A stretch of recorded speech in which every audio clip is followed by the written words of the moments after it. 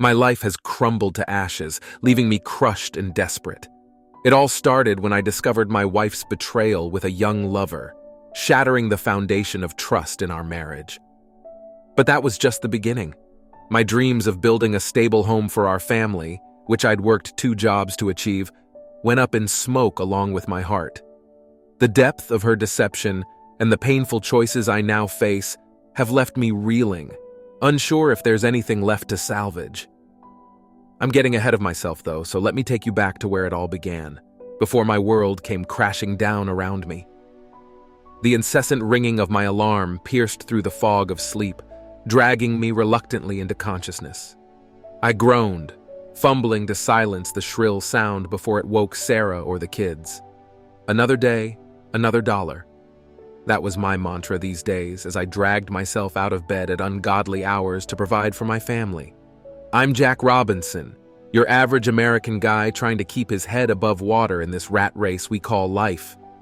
At 35, I should be in my prime, but most days I feel about as lively as week-old roadkill. Don't get me wrong, I love my family more than anything, but being the sole breadwinner for a household of 4 in this economy, it's enough to age a man before his time. As I stumbled to the bathroom to begin my morning routine, I caught a glimpse of myself in the mirror. The bags under my eyes seemed to have taken up permanent residence, a testament to the long hours and frequent business trips that came with being an insurance agent. It wasn't glamorous work, but it paid the bills and then some. Sarah stirred as I exited the bathroom, her eyes fluttering open. "Heading out already?" she mumbled sleepily.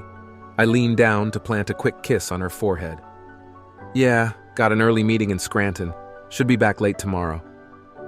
She nodded, already drifting back to sleep. I tried to ignore the pang in my chest at how routine these goodbyes had become.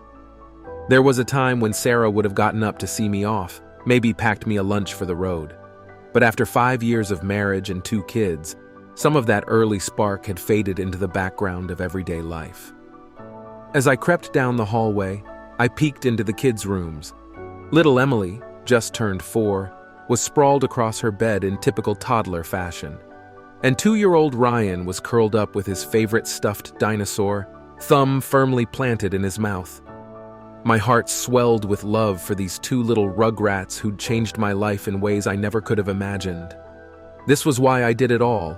The long hours, the tedious paperwork, the nights away from home. To give them a better life than I'd had growing up. To make sure they never knew the sting of want or watched their parents struggle to put food on the table.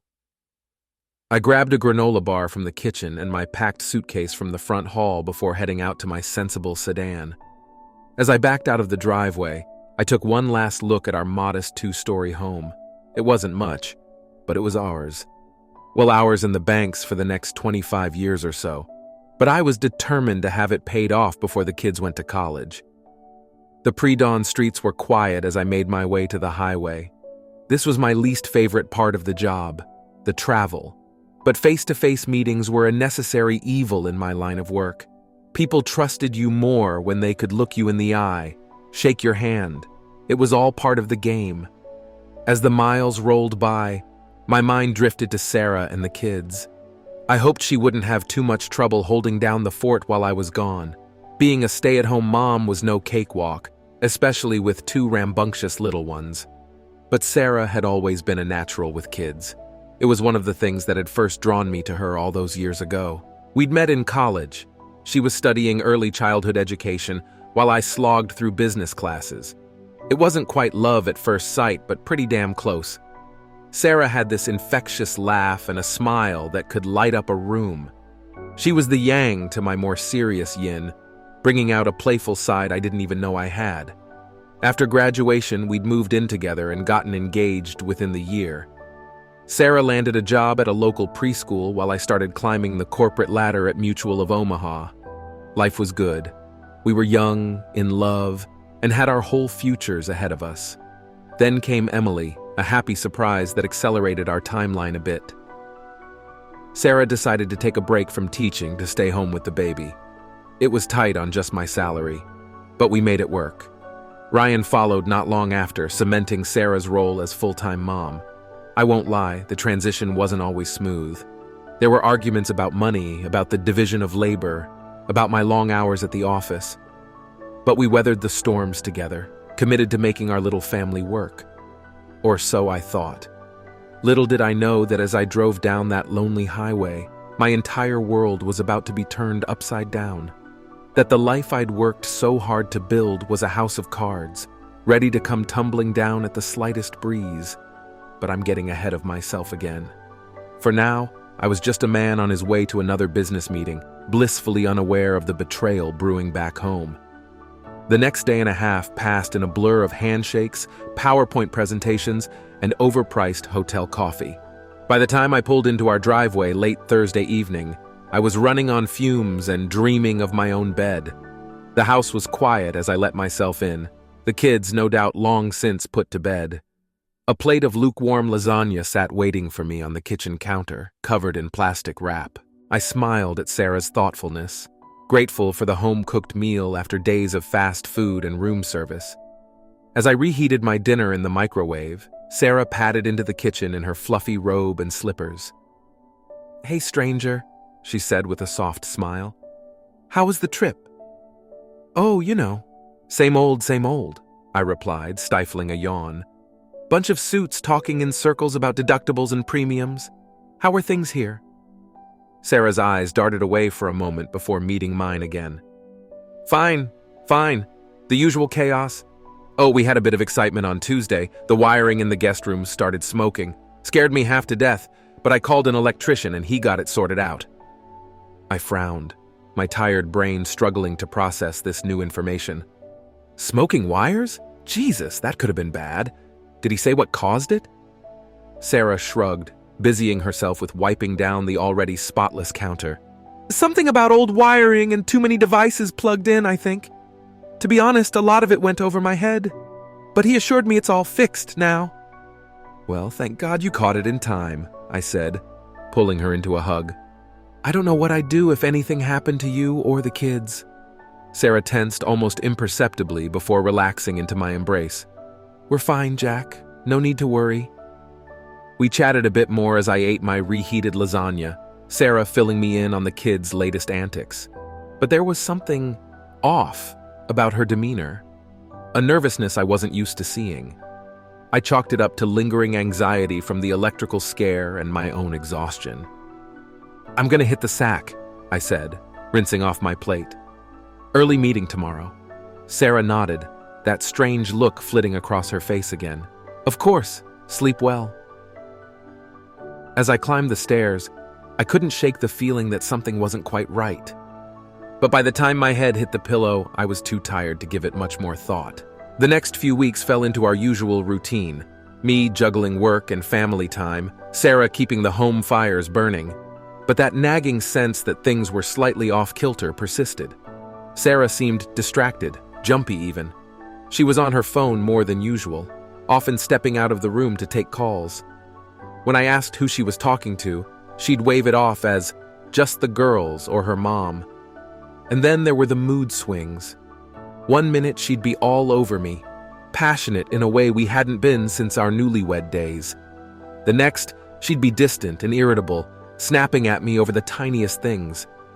I told myself it was just the stress of managing two young kids day in and day out, that maybe she was feeling cooped up, in need of more adult interaction. I tried to be more attentive when I was home, to give her breaks when I could. But between work and family obligations, there never seemed to be enough hours in the day. It wasn't until a chance encounter with our next-door neighbor, Bill, that the first real seeds of doubt were planted in my mind.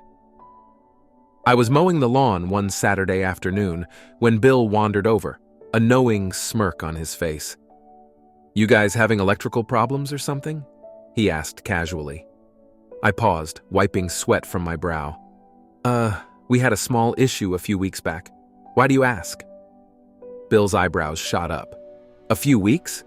Shoot, I could have sworn I've seen that electrician's van parked out front at least half a dozen times lately. Figured you must be rewiring the whole dang house." My blood ran cold as Bill's words sank in. 6 times? That couldn't be right. Sarah had only mentioned the one incident. I must have looked as shell-shocked as I felt because Bill's expression softened. "Hey, You okay there, Jack? Didn't mean to worry you or nothing.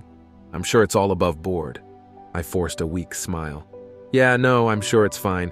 Thanks for letting me know, Bill. I'll look into it. As Bill ambled back to his own yard, my mind was racing. Why would Sarah lie about multiple electrician visits? And why did I have a sinking feeling in the pit of my stomach that electricity had nothing to do with it? I spent the rest of that afternoon in a daze, mechanically going through the motions of yard work while my mind spun with possibilities. There had to be a reasonable explanation, right? Maybe Sarah had just forgotten to mention the follow-up visits. Or maybe Bill was mistaken about how often he'd seen the van. But try as I might, I couldn't shake the gnawing doubt that had taken root. The more I thought about it, the more little things started to add up. Sarah's recent skittishness, the hushed phone calls, the wild mood swings. By the time I trudged back into the house, I was a mess of conflicting emotions, suspicion warring with guilt for even entertaining such thoughts about my wife. Sarah was in the kitchen, chopping vegetables for dinner. She glanced up as I entered, her smile faltering slightly at whatever she saw on my face. "Everything okay, hun?" she asked, setting down her knife. I wanted to confront her right then and there, to demand answers about the mysterious electrician and his frequent visits. But one look at our kids coloring happily at the kitchen table stopped me cold. What if I was wrong? What if this was all just a big misunderstanding? I couldn't risk blowing up our family over unfounded suspicions, so I plastered on a fake smile and said, "Yeah, just tired from all that yard work. Think I'll grab a quick shower before dinner." Sarah nodded, that odd, nervous energy radiating off her again. "Sounds good. Dinner will be ready in about 30 minutes.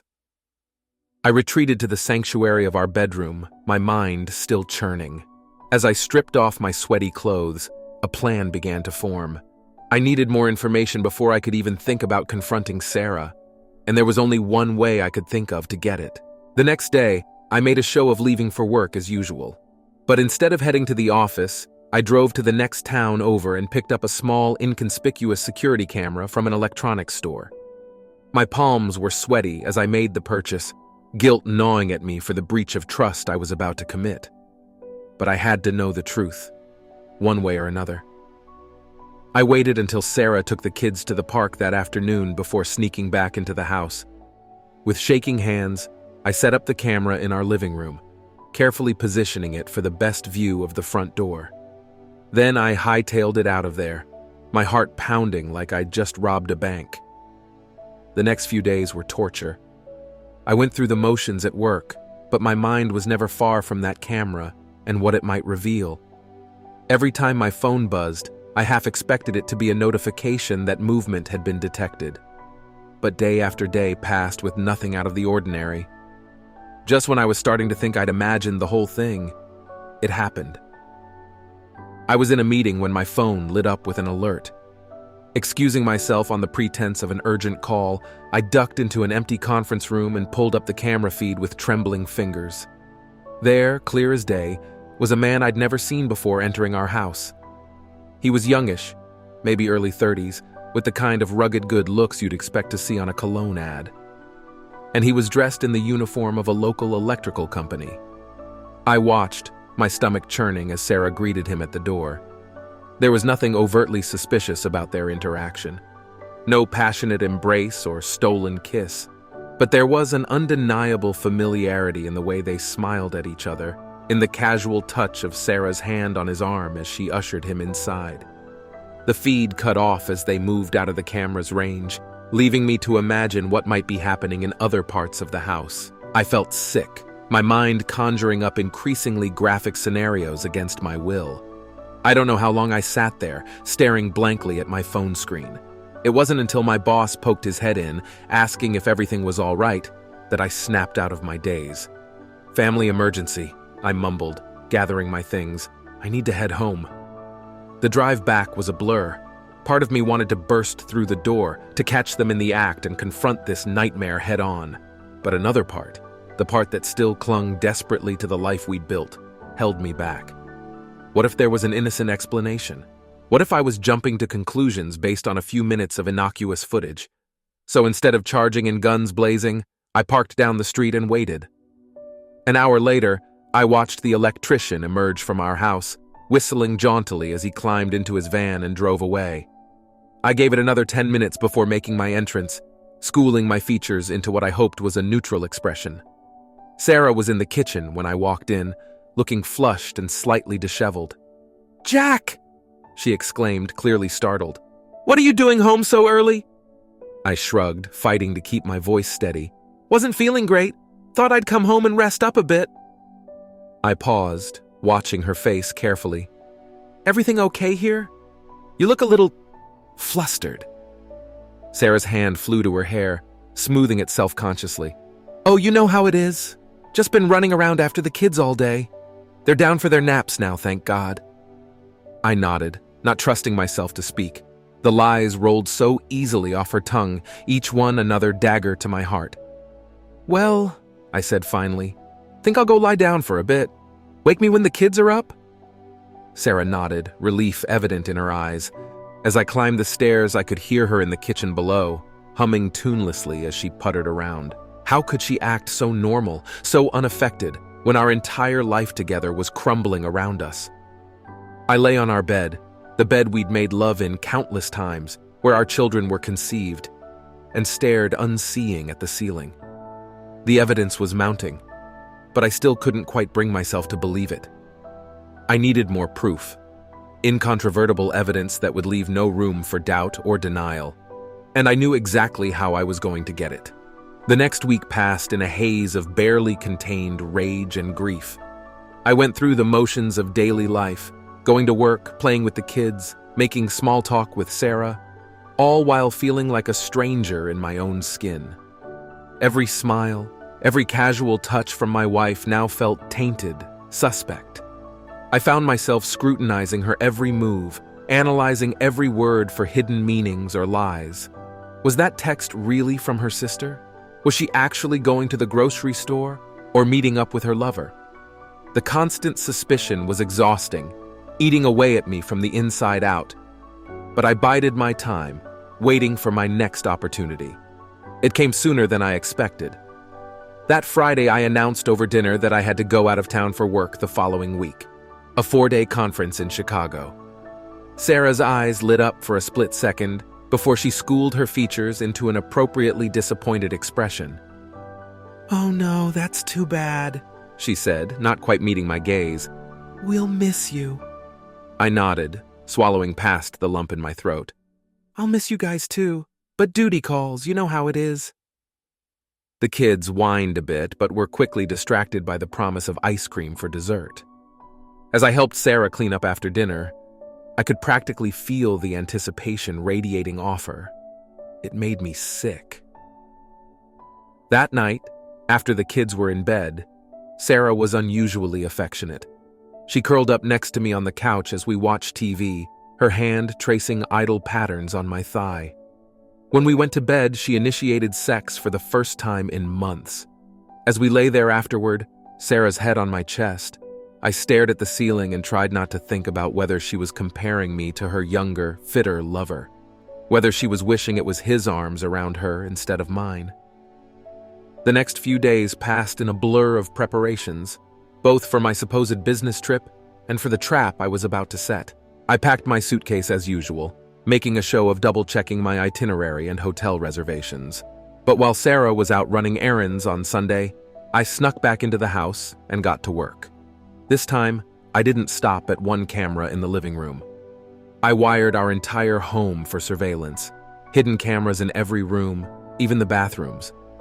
It felt like a violation, an unforgivable breach of privacy. But I was long past caring about right and wrong. I needed to know the truth, no matter how ugly it might be.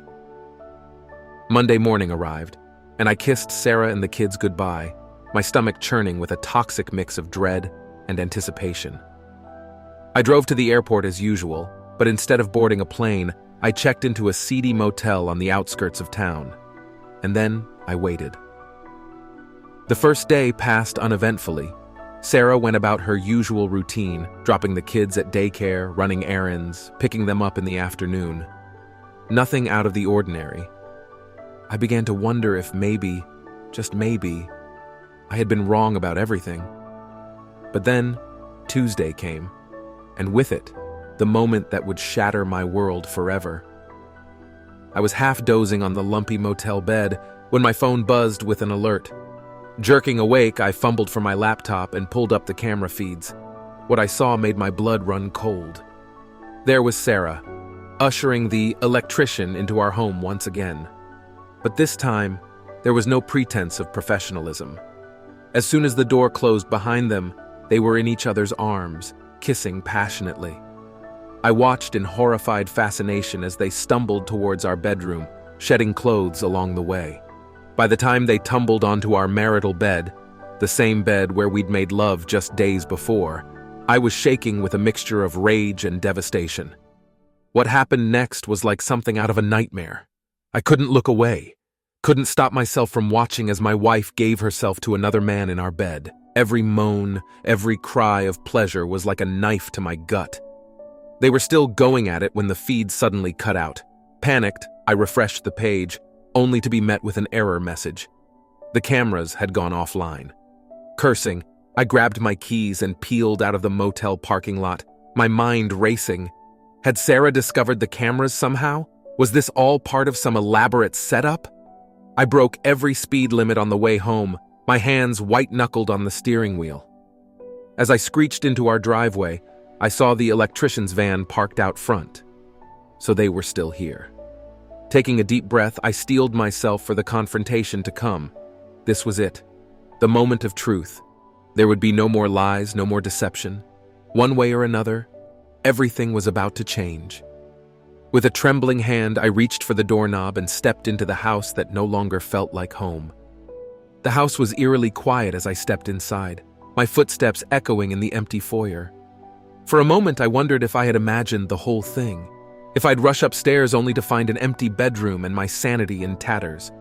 But then I heard it, a muffled giggle, followed by a deeper masculine chuckle. The sounds were coming from upstairs, from the direction of our bedroom. My vision went red. All thoughts of calm confrontation flew out the window as rage consumed me. I took the stairs 2 at a time, my heart pounding in my ears. I burst through the bedroom door with enough force to rattle the pictures on the wall. And there they were, tangled in our sheets, looking up at me with matching expressions of shock and horror. "Jack!" Sarah gasped, clutching the sheet to her chest.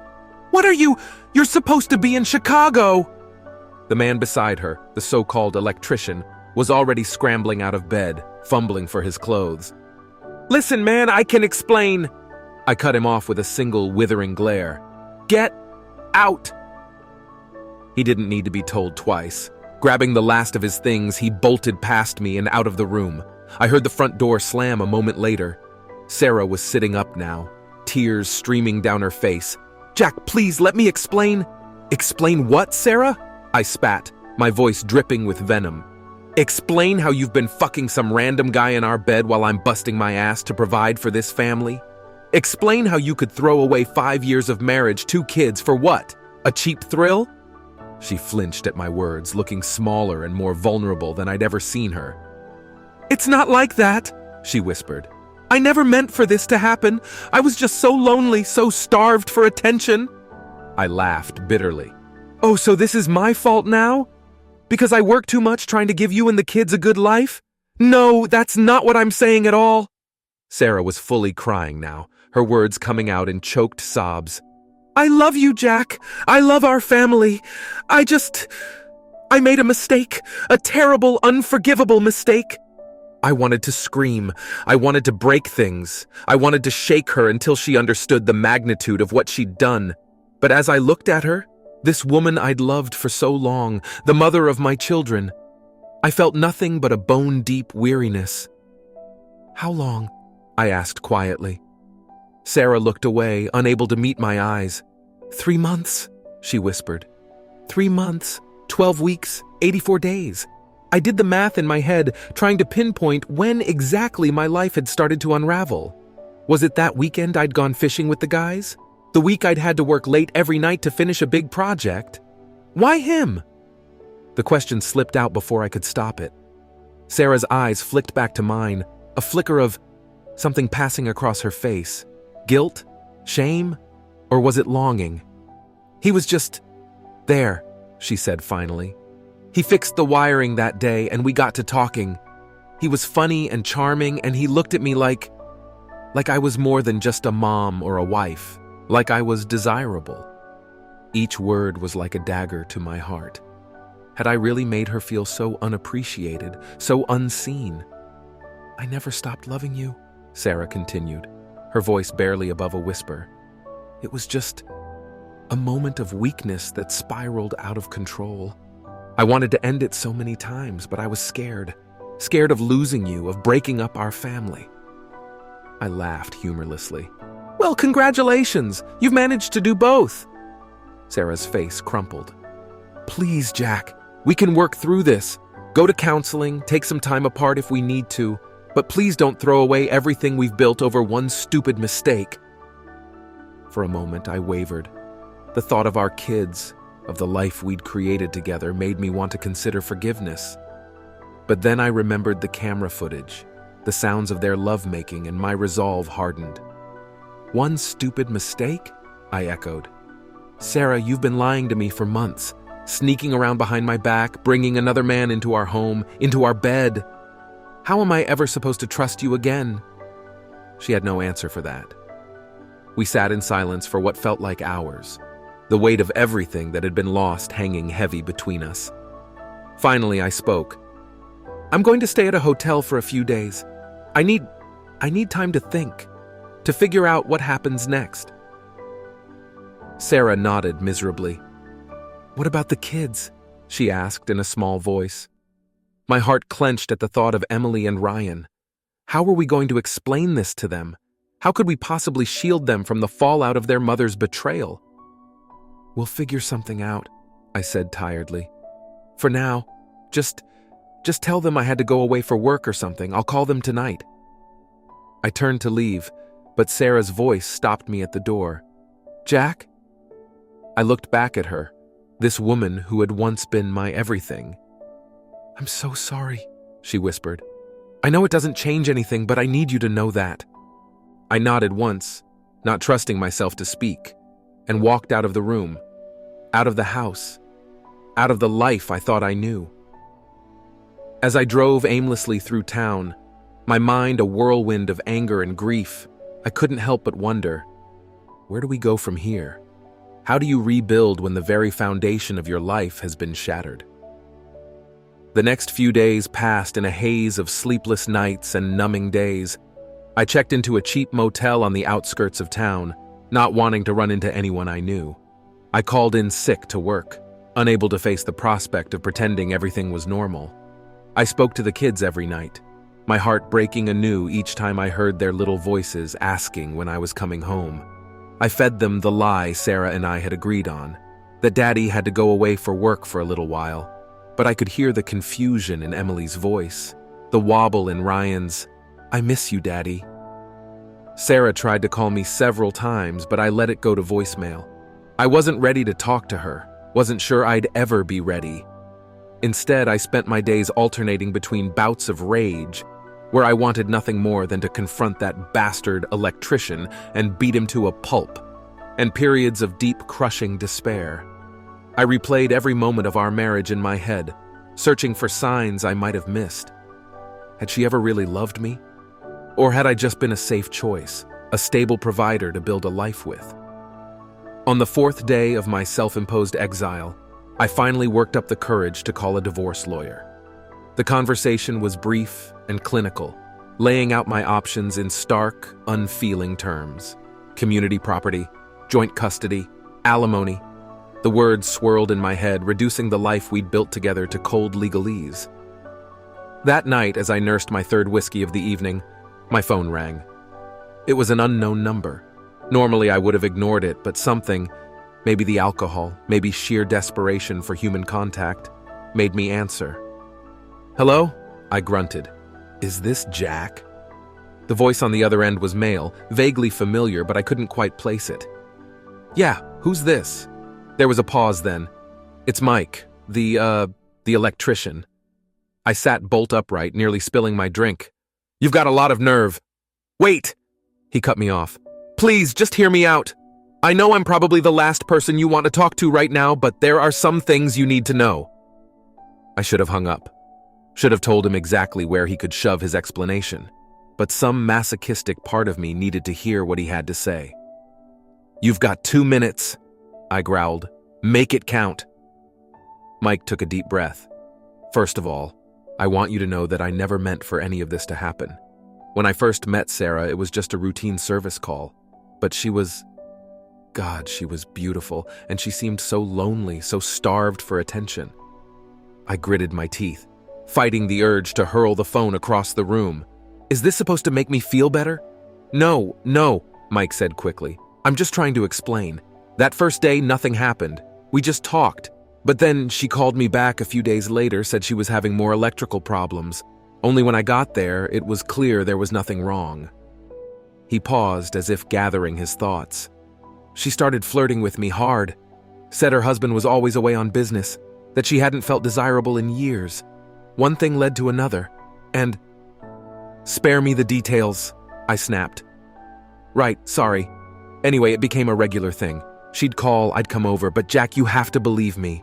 I had no idea she was lying about being alone. She told me you two were separated, that you only came around for the kids. I swear, if I'd known the truth, I never would have... Save it. I cut him off. You still slept with a married woman. You're not blameless here. Mike sighed heavily. I know. And I'm not trying to absolve myself. But Jack, there's something else you need to know. Something I only found out recently. I braced myself, wondering what other bombshell he could possibly drop. What?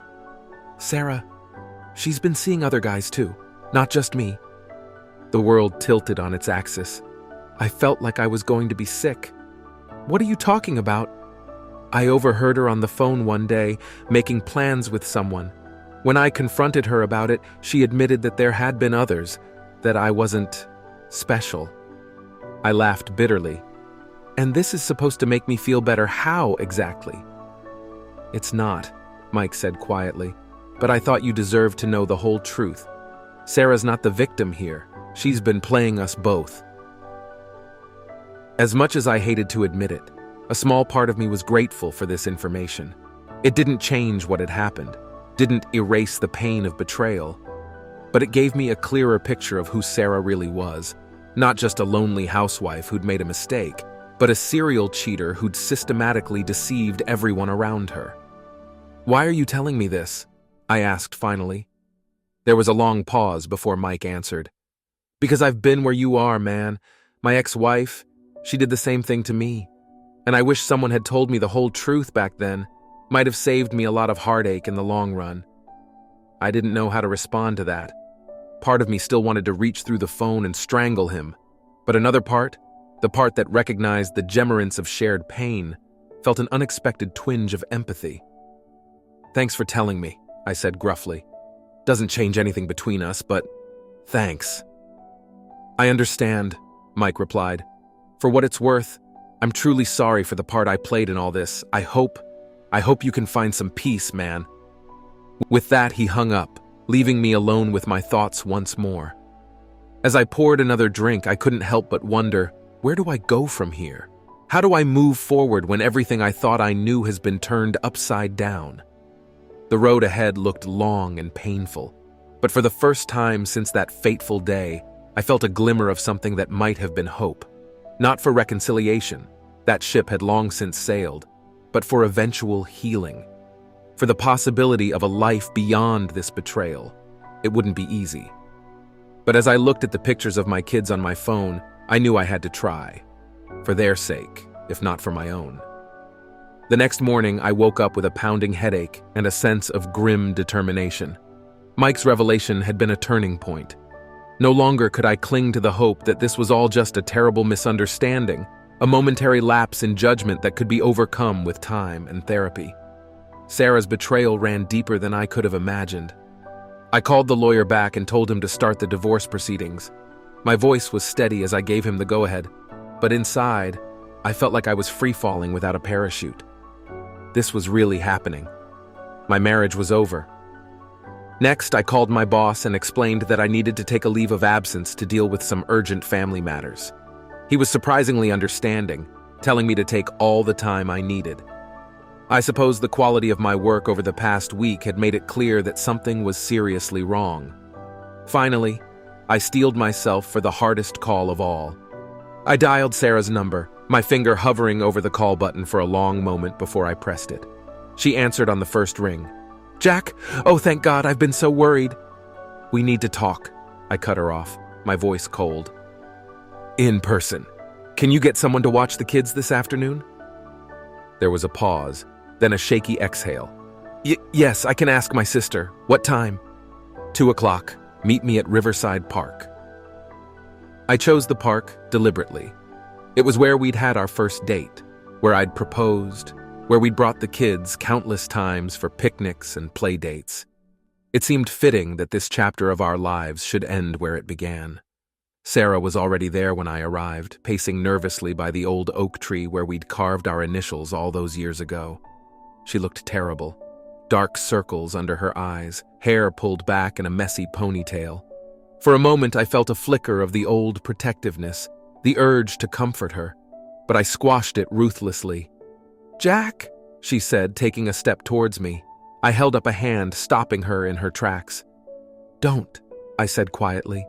"Just don't." She nodded, wrapping her arms around herself. "Okay, I understand." We stood there in awkward silence for a moment, the weight of everything unsaid hanging heavy between us. Finally, I spoke. "I know about the others, Sarah." She flinched as if I'd slapped her.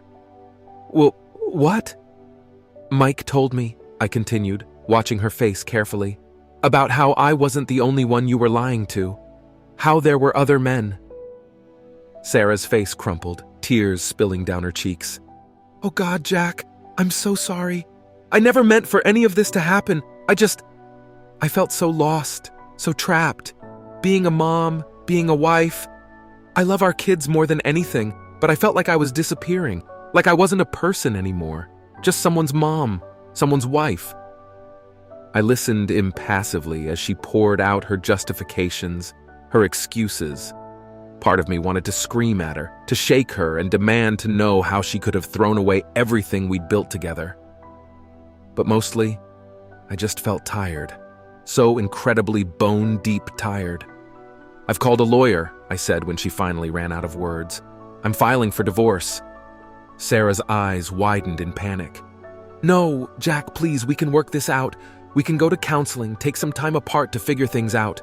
Please, don't throw away our family over my mistake." I laughed humorlessly. "Your mistake? Sarah, you've been systematically lying to me for months, bringing strange men into our home, into our bed. How am I ever supposed to trust you again?" She had no answer for that. We stood in silence for a long moment, the sounds of children playing in the distance, a painful reminder of everything we were losing. "What about the kids?" Sarah asked finally, her voice small. My heart clenched at the thought of Emily and Ryan. How were we going to explain this to them? How could we possibly shield them from the fallout of their mother's betrayal? "We'll figure out a custody arrangement," I said, trying to keep my voice steady. "For now, I think it's best if I stay away. Give us both some time to process everything." Sarah nodded miserably. "When will you tell them?" "I don't know," I admitted. "I need some time to figure out how to explain this in a way they'll understand. But soon. They deserve to know the truth."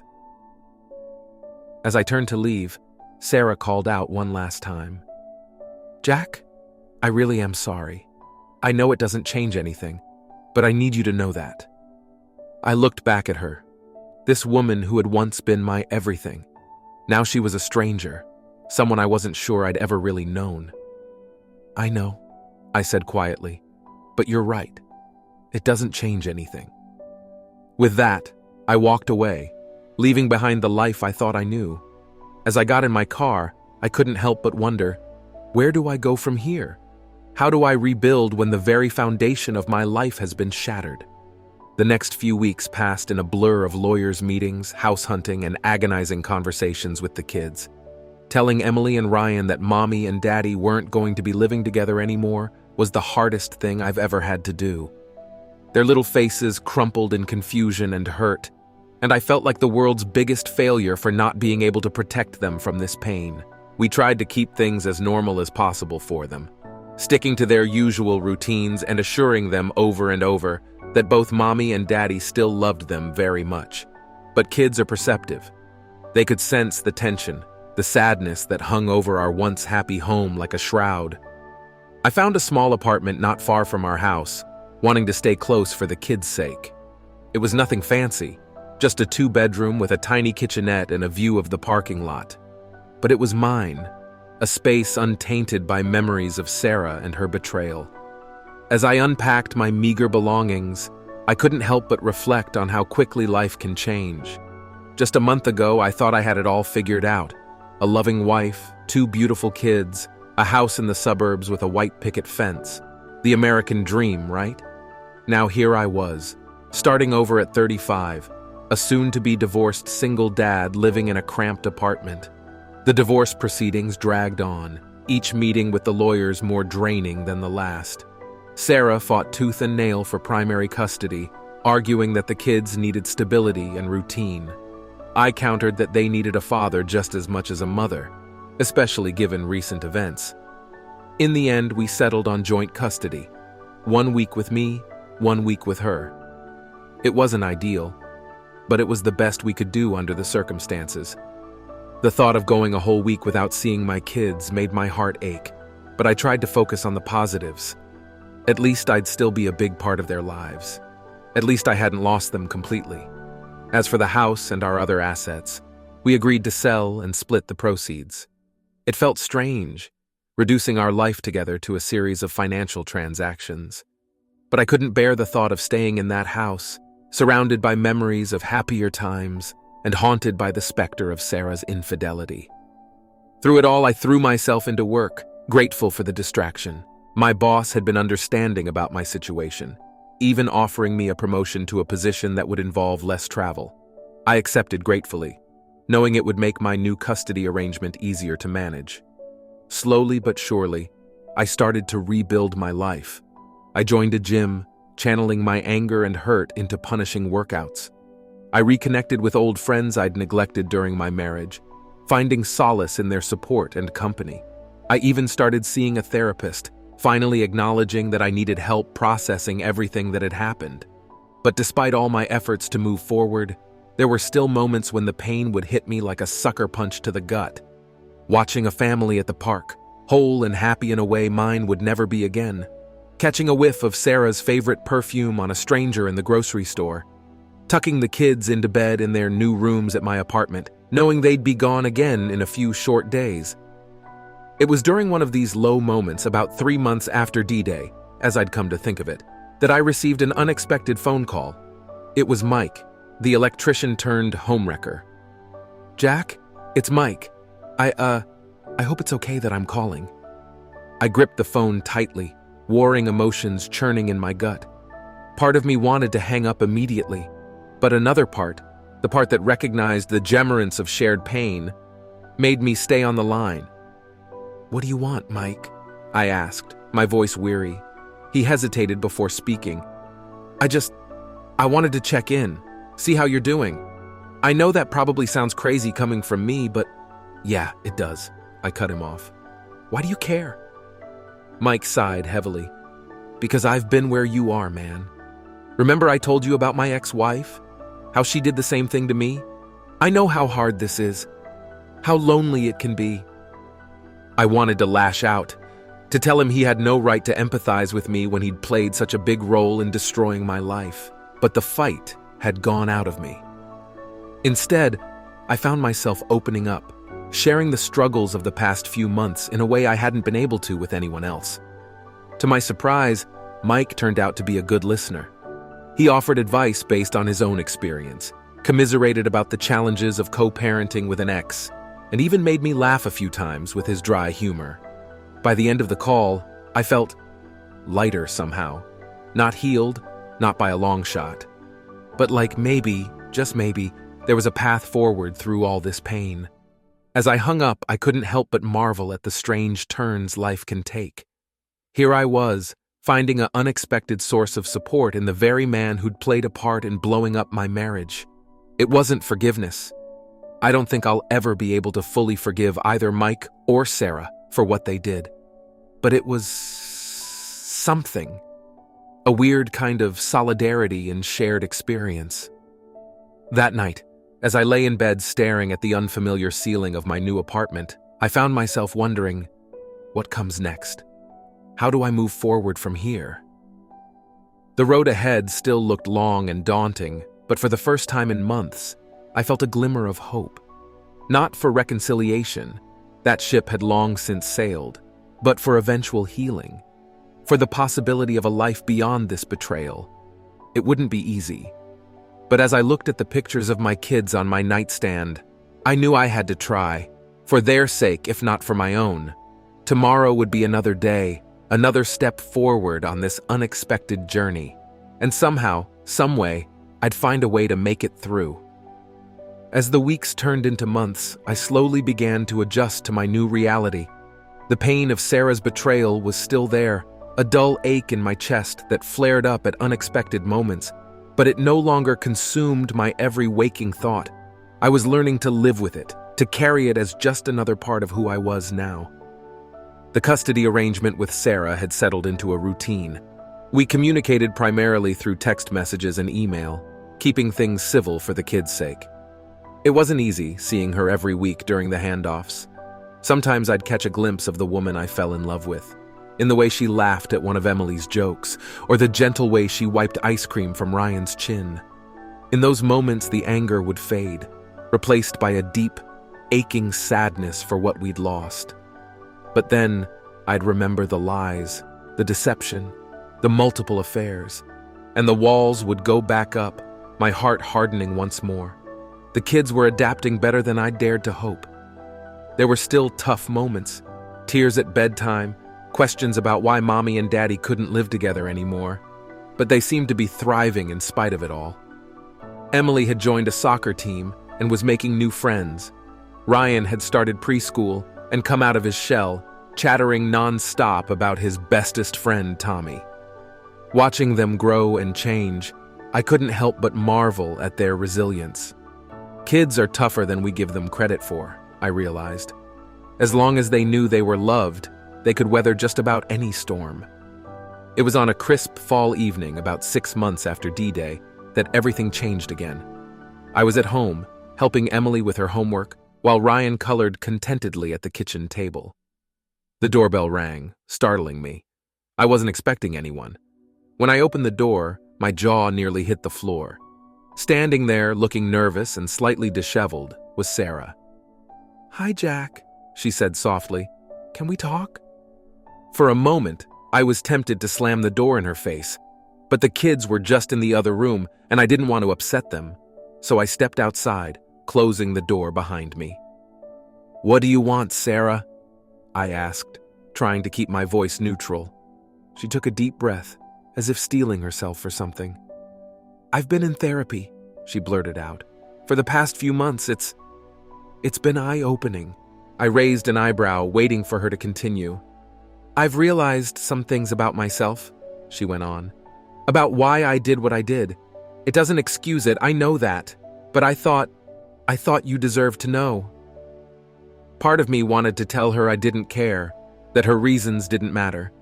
But another part, the part that had once loved this woman more than anything, needed to understand. "All right," I said cautiously. "I'm listening." Sarah nodded, wrapping her arms around herself. "I've always struggled with self-worth," she began. "Growing up, nothing I did was ever good enough for my parents. I was always chasing their approval, always feeling like I fell short." I remembered conversations we'd had early in our relationship about her difficult childhood, but I'd never realized how deeply those wounds ran. When we got married, when we had the kids, I thought I'd finally found my place, my purpose. But then the kids got older, started needing me less, and you were working so much, building your career. I started feeling invisible again. She paused, wiping away a tear. The affairs, they were a way of feeling seen, desirable, important. It was selfish and stupid and so wrong. But in the moment, it felt like the only way to fill this emptiness inside me. I listened in silence, a storm of conflicting emotions raging inside me. Part of me felt a twinge of sympathy for the broken woman before me, but another part was furious that she'd chosen to destroy our family rather than deal with her issues in a healthy way. "I'm not telling you this to try and win you back," Sarah continued. "I know that ship has sailed, but I wanted you to know that I'm working on myself, that I'm trying to be better, for the kids, if nothing else." She reached into her purse and pulled out an envelope. "This is for you," she said, holding it out. "It's a letter. Everything I've realized in therapy. Everything I wish I could say to you but can't find the words for in person. You don't have to read it now, or ever if you don't want to, but I needed you to have it." I took the envelope hesitantly, unsure of what to do with this olive branch she was extending. "Thank you for listening," Sarah said softly. "I'll go now. Give the kids a kiss for me?" I nodded mutely, watching as she walked back to her car. As she drove away, I stood there on the porch for a long moment, turning the envelope over in my hands. Finally, I went back inside. The kids looked up expectantly. "Who was that, Daddy?" Emily asked. "Just an old friend," I said, forcing a smile. "Who wants ice cream for dessert?" Later that night, after the kids were in bed, I sat at the kitchen table staring at the unopened envelope. Part of me wanted to throw it away unread, but another part needed to know what was inside. With trembling hands, I tore it open and began to read. "Dear Jack, I've started this letter 100 times, never finding the right words to express the depth of my regret, my shame, my sorrow for what I've done to you and our family. But I'm going to try because you deserve the truth, the whole truth. First, I want you to know that I take full responsibility for my actions. There's no excuse for what I did, no justification that can make it okay. I betrayed you in the worst possible way, and I will regret that for the rest of my life. In therapy, I've been working to understand why I did what I did. It's not about placing blame or making excuses, but about identifying the broken parts of myself so I can start to heal them. I've realized that I've spent my whole life seeking validation from outside sources, from my parents, from men, from anyone who would give me attention. I never learned how to love myself, how to find worth and value in who I am, rather than how others see me. When we first got together, you filled that void for me. Your love made me feel whole, complete. But as time went on and the daily grind of life set in, I started to feel that old emptiness creeping back in. Instead of communicating with you, instead of working on myself, I looked for validation in the worst possible place. The affairs were never about you, Jack. You were a wonderful husband, a devoted father. The problem was entirely within me. My insecurity, my need for constant affirmation, my inability to be alone with myself. I'm not telling you this to try and win you back. I know that what I've done is unforgivable. But I want you to know that I'm working on myself, that I'm trying to be a better person, a better mother to our children. I'm learning to love myself, to find validation from within rather than seeking it from others. It's a long, difficult process, but I'm committed to it. For myself, for our kids, and yes, for you too. Because even though we're no longer together, you'll always be an important part of my life as the father of our children. I know this letter doesn't change anything. It doesn't erase the pain I've caused or rebuild the trust I've shattered. But I hope that maybe, someday, it might help you understand. And that maybe in time, we might be able to forge a new kind of relationship. Not as husband and wife, but as co-parents who can work together for the good of our children. I will always love you, Jack. Not in the way I once did, but in a deeper, more mature way. I'm grateful for the years we had together, for the beautiful children we created. And I'm so sorry for destroying it all. I hope you can find happiness again. You deserve it more than anyone I know. With deepest regret and eternal gratitude, Sarah, I finished reading, tears streaming down my face. The letter had stirred up a whirlwind of emotions. Anger, sadness, a bittersweet nostalgia for what we'd once had. But underneath it all was something I hadn't expected, a sense of closure. For the first time since D-Day, I felt like I truly understood what had happened. It didn't excuse Sarah's actions, didn't erase the pain she'd caused, but it gave me a framework to process it all, to start moving forward in a real way. As I sat there in the quiet of my kitchen, surrounded by the trappings of my new life, I realized something profound. The journey ahead was still long and uncertain. There would be more challenges, more heartache, more moments of doubt, but I was stronger now, wiser, more resilient. I thought of my kids, sleeping peacefully in their beds, of the life we were building together, different from what I'd imagined, but no less filled with love and possibility. And for the first time in months, I felt a glimmer of real hope for the future. Tomorrow would bring new challenges. Co-parenting with Sarah, navigating the complexities of life as a single dad, continuing to heal and grow. But I was ready to face it all head on. Because at the end of the day, this was my story now, my journey. And I was determined to make it a good one, not just for myself, but for Emily and Ryan too. As I folded up Sarah's letter and tucked it away in a drawer, I made a silent promise to myself and to my kids. We would get through this together. And someday, somehow, we would find our way to happiness again. It wouldn't be easy, but nothing worth having ever is. It's been a year since that night I read Sarah's letter, a year of ups and downs, of small victories and setbacks. But as I sit here on the porch of my new house, a modest 3-bedroom I bought with my share of the proceeds from selling our old place, I can't help but marvel at how far I've come.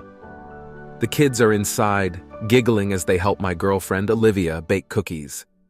The smell of chocolate and vanilla wafts through the open windows, mingling with the crisp autumn air. It's a moment of such simple, domestic bliss that I find myself blinking back tears. Olivia came into my life about 6 months ago, a fellow single parent I met at one of Emily's soccer games. Her son, Max, is in the same class as Ryan. We started off as friends, bonding over the challenges of raising kids post-divorce. But as time went on, something deeper blossomed between us. She knows everything about my past with Sarah, about the betrayal and the pain. And she's been patient, understanding that there are still days when the old hurt resurfaces. But she's also been a beacon of light, showing me that it's possible to love and trust again. Sarah and I have settled into a surprisingly amicable co-parenting relationship. It wasn't easy at first. There were tense exchanges, arguments over schedules and discipline styles. But we've both put in the work, for ourselves and for our kids. She's still in therapy, still working on her issues. And I've got to hand it to her. She's made real progress. The Sarah I interact with now is a far cry from the woman who shattered our marriage. She's more grounded, more self-aware, still not perfect. None of us are. But trying her best to be a good mother and a decent person. We even managed to sit together at Emily's last soccer game, cheering our daughter on side by side. It was a surreal moment, but also strangely comforting.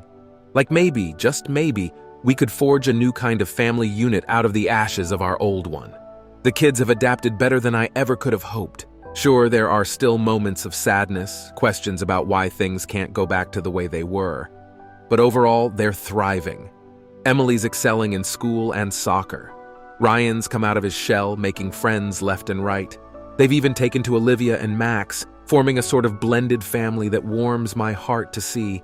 As for me, well, I won't lie and say it's been easy. There are still nights when I lie awake, replaying the past in my mind, wondering what I could have done differently. But those moments are becoming fewer and farther between. I've learned a lot about myself over this past year, about my strength, my resilience, about my capacity to forgive not just Sarah but myself too, for not seeing the signs, for not being able to prevent the pain my kids had to go through. I've also learned the importance of self-care, of nurturing my own needs and desires. I've rediscovered old hobbies, made new friends. I'm even considering going back to school, maybe pursuing that MBA I always talked about. But most importantly, I've learned that life goes on. That even after the worst betrayal, the deepest heartbreak, there's still hope, still love, still joy to be found in the smallest moments. The sound of the front door opening pulls me from my reverie. Olivia steps out onto the porch, a plate of warm cookies in her hands. penny for your thoughts?" she asks, settling down beside me. I smile, taking a cookie. "Just reflecting," I say, "on how much has changed, how far we've all come." She nods, understanding in her eyes. "It's been quite a journey, hasn't it?" "That it has," I agree. We sit in companionable silence for a moment, watching the sun set over the neighborhood. "Dad! Olivia, come on, the movie's about to start!" Emily's voice calls from inside. We share a laugh, rising to our feet. As we head inside to join the kids, I'm struck by a sudden, overwhelming sense of gratitude for this moment, for this life, for the family we're building, unconventional as it may be. It's not the life I imagined for myself a year ago. It's not perfect, not by a long shot. But it's real, it's honest, and it's mine. As I settle onto the couch, Emily on one side and Ryan on the other, Olivia curled up in the armchair with Max, I realize something profound. This, right here, right now, is happiness. Not the fairy tale version I once believed in, but something deeper, something hard-won, and all the more precious for it. The movie starts, filling the room with light and sound, but my attention is on the faces around me, on the warmth of my children pressed against my sides, on Olivia's soft smile as she catches my eye. And in that moment, I know. Whatever challenges tomorrow may bring, whatever curveballs life might throw our way, we'll face them together, as a family, as a team. Because that's what life is, isn't it? Not a straight path from point A to point B, but a winding road full of unexpected turns. The trick isn't to avoid the bumps, but to learn how to navigate them, to find joy in the journey, even when it takes you places you never expected to go. So here I am, Jack Robinson, ex-husband, single dad, survivor of betrayal, but also friend, partner, builder of a new kind of family. It's not the story I thought I'd be living, but you know what? I wouldn't change it for the world. As the credits roll and the kids start debating which movie to watch next, I can't help but smile. Because this is my happily ever after. Not perfect, not easy, but real. And at the end of the day, that's all any of us can really ask for. What would you do if you were me? It's a question I've asked myself 1,000 times over this past year. And I guess, in the end, this is my answer. You pick yourself up, you learn, you grow, you love again, yourself, your kids, maybe even someone new. You build a life out of the pieces you're given, even if they don't look anything like what you expected. Because sometimes, just sometimes, what you build turns out to be even better than what you lost. It's not easy, it's not perfect, but it's life. Real, messy, beautiful life. And I'm finally ready to embrace every moment of it.